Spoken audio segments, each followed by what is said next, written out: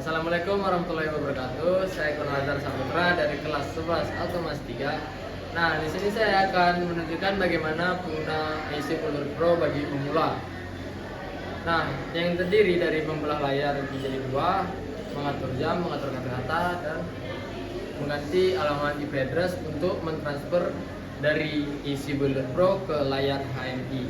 Nah, jika kawan-kawan penasaran, kawan-kawan bisa melihat video selanjutnya. Baik, di sini saya akan menjelaskan apa itu HMI. HMI adalah kepanjangan dari Human Machine Interface, merupakan sebuah perangkat yang menjembatani antara interaksi manusia dan mesin atau sistem untuk dapat mengendalikan dan mengawasi perangkat yang dikontrol melalui layar sentuh yang menampilkan visual objek-objek, yaitu ada input dan output dari sebuah rangkaian mesin. Nah, di sini juga ada struktur koneksi HMI. Perangkat yang kita gunakan yaitu PC atau laptop. Yang kedua ada PLC, yang ketiga ada HMI, dan yang keempat ada router atau modem.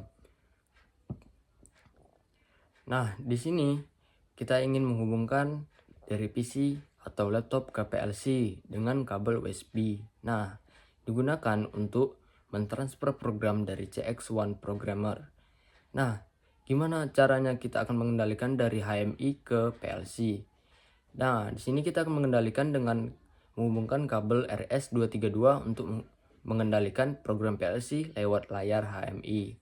Dan cara untuk menghubungkan dari router atau modem, kita menggunakan Ethernet kabel sebagai penghubung komunikasi dari router atau modem ke HMI. Nah, di sini kita akan menjelaskan bagaimana caranya mendownload PC Builder Pro ke HMI. Kita menggunakan router atau modem dengan WiFi atau wireless. Nah, di sini juga ada komunikasi sistem PC ke modem ke HMI. Nah, di sini kita menggunakan 3 perangkat, yaitu laptop, router atau modem, dan HMI. Nah, dari perangkat ini ada IP address-nya masing-masing. Yang pertama itu dari HMI, yaitu 192.168.0.223. Nah, di bagian akhir ini yang 223 biasanya itu berubah-ubah setiap apa yang kita gunakan dalam HMI. Bisa kita baca dalam nameplate HMI di bagian belakang. Nah, di sini juga ada router. Router memiliki IP address yaitu 192.168.0 dan .1. Dan yang terakhir itu ada laptop yaitu 192.168.0.1. Nah, di dalam laptop ini kita akan merubah dari IP address 192.168.0.1 ke 192.168.0.xx-nya itu bisa kita rubah dengan angka yang kita mau. Yang penting jangan sama dengan perangkat yang lain agar tidak tertabar sinyal pada saat mendownload ke HMI-nya. Nah, jika sudah, kita akan menghubungkan dari laptop ke router atau modemnya. Nah, di sini kita menggunakan WiFi atau wireless. Nah, selanjutnya kita akan menunjukkan bagaimana penggunaan PC Builder Pro bagi pemula, mengganti alamat IP address-nya, dan cara mendownload dari PC Builder Pro ke HMI-nya. Nah, di sini kawan-kawan bisa lihat video saya selanjutnya. Baik, di sini saya akan menunjukkan program-program dasar dari PC Builder Pro. Dan kita akan membuka aplikasi softwarenya.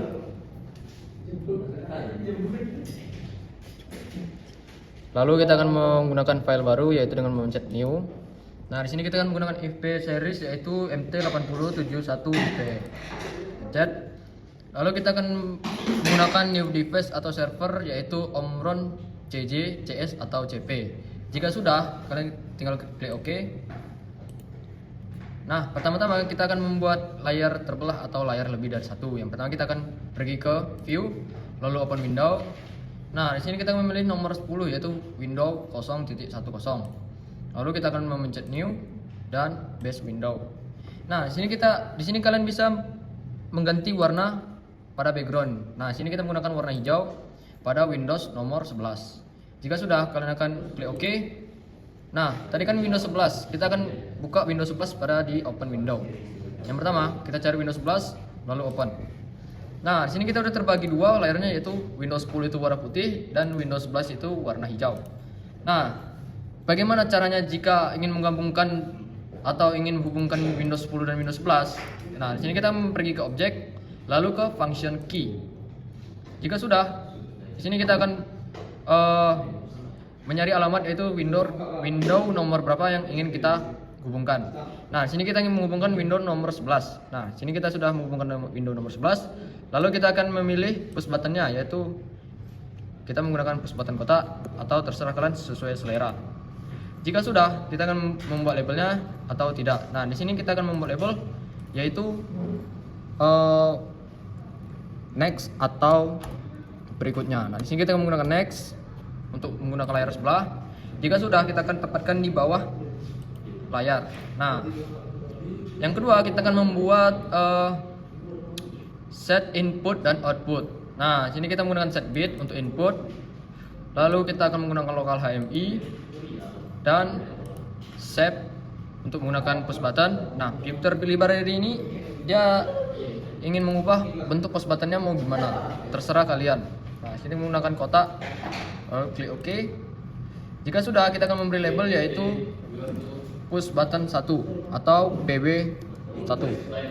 Jika sudah, kita akan mengganti, yaitu addressnya RW bit atau LB. Nah, kemungkinan ini kita menggunakan LB.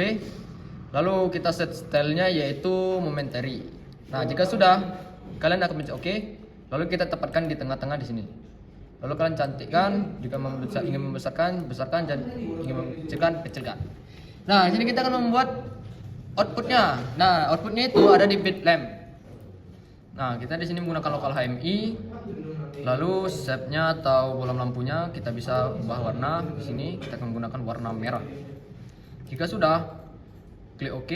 Lalu kita akan membuat label lampu 1. Jika sudah, kita akan mencet OK. Lalu kita tepikan di samping push button 1. Kita besarkan. Jika sudah, nah di sini kurang begitu menarik karena tidak ada judul atau tidak ada kata-kata di atas. Nah, jika kawan-kawan ingin menambahkan judul atau kata-kata, kita pergi ke objek, lalu kita ke huruf di bagian kiri.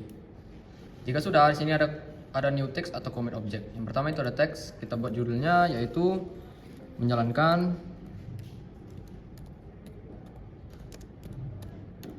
input dan output. Jika sudah, kita klik OK. Jika ingin membesarkan font, kita memilih size. Kita pilih size 21. Jika sudah, kita tempatkan di atas ini. Nah, di sini kita sudah membuat satu rangkaian. Nah, kita akan membuat ke Windows nomor 2 untuk membuat rangkaian timer. Nah, di sini kita akan mengetes untuk apakah ada error atau warning dalam program ini. Di sini kita pergi ke project, lalu ke compile, lalu kita save, lalu kita compile. Nah, di sini kita tertera 0 error dan 0 warnings. Nah, di sini kita close, lalu kita offline simulasi apakah ini berfungsi atau tidak. Nah, di sini kita ada PB1 dan lampu 1. Cara kerjanya yaitu dengan memencet PB1, lampu 1 akan hidup. Di sini akan coba PB1 kita tekan, lampu akan hidup. Jika PP kita lepas, lampu akan mati. Nah, begitu selanjutnya kita akan menggunakan timer. Pertama kita akan pergi ke objek, lalu ke numeric number. Nah, di sini kita menggunakan device Omron karena kita ingin menggunakan device Omron dan address T, yaitu timer. Nah, di sini menggunakan save dengan warna biru.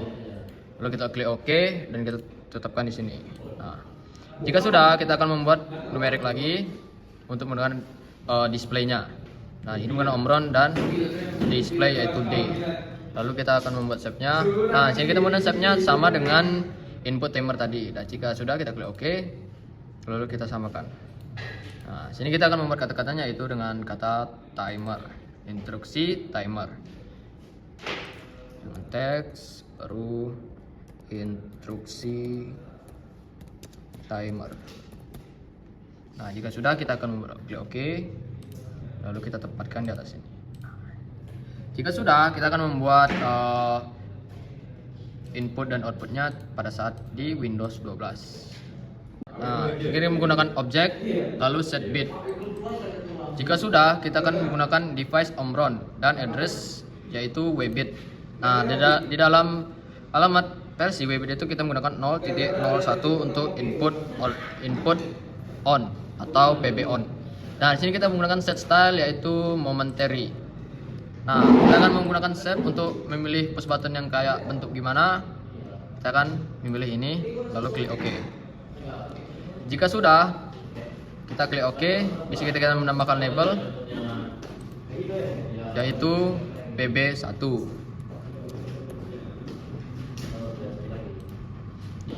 Nah, di sini kita sudah menggunakan push button 1. Lalu kita besarkan, kita setting dan kita menggunakan 2 lampu. Nah, di sini kita menggunakan lampu yaitu bed lamp. Bisa diganti addressnya yaitu 100.00 untuk lampu merah.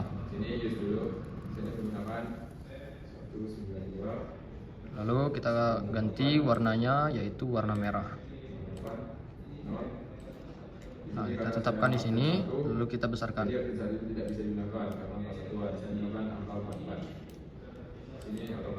Nah, di sini kita kasih label yaitu lampu 1.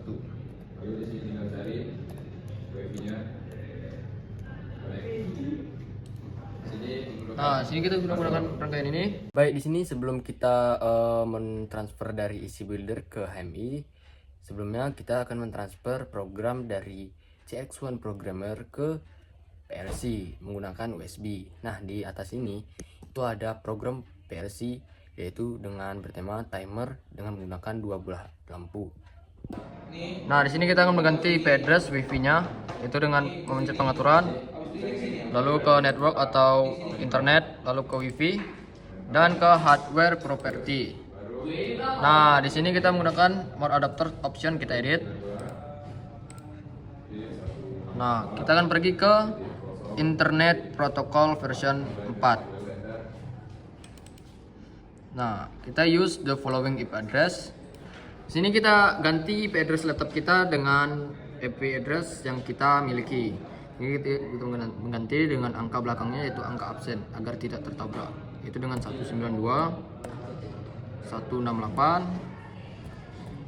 0 dan absen saya yaitu 27. Jika sudah, kita akan klik bawahnya dan langsung muncul angka. Nah, di sini kita akan hubungkan IP address-nya dengan TP-Link. Jika sudah, kita akan hubungkan dengan TP-Link.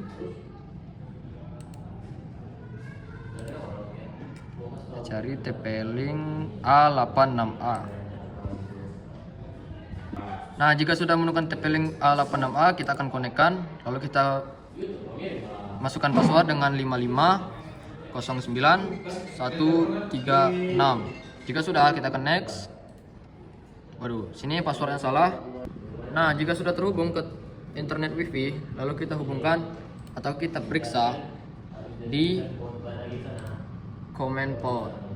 Nah, sini kita akan cari yaitu IP address kita yang kita masuki dalam absen yaitu 192.168.0.27. Nah, di sini kita sudah keluar angka-angkanya dan menunjukkan loss 0%. Jika sudah, kita akan klik silang. Lalu kita akan hubungkan ini ke HMI-nya. Kita pergi ke project. Lalu kita ke download HMI. Lalu ke IP address-nya. Lalu kita akan atur IP address-nya. Nah, di sini kita menggunakan IP address 192.168.0.136. Lalu kita download. Kita tunggu sebentar.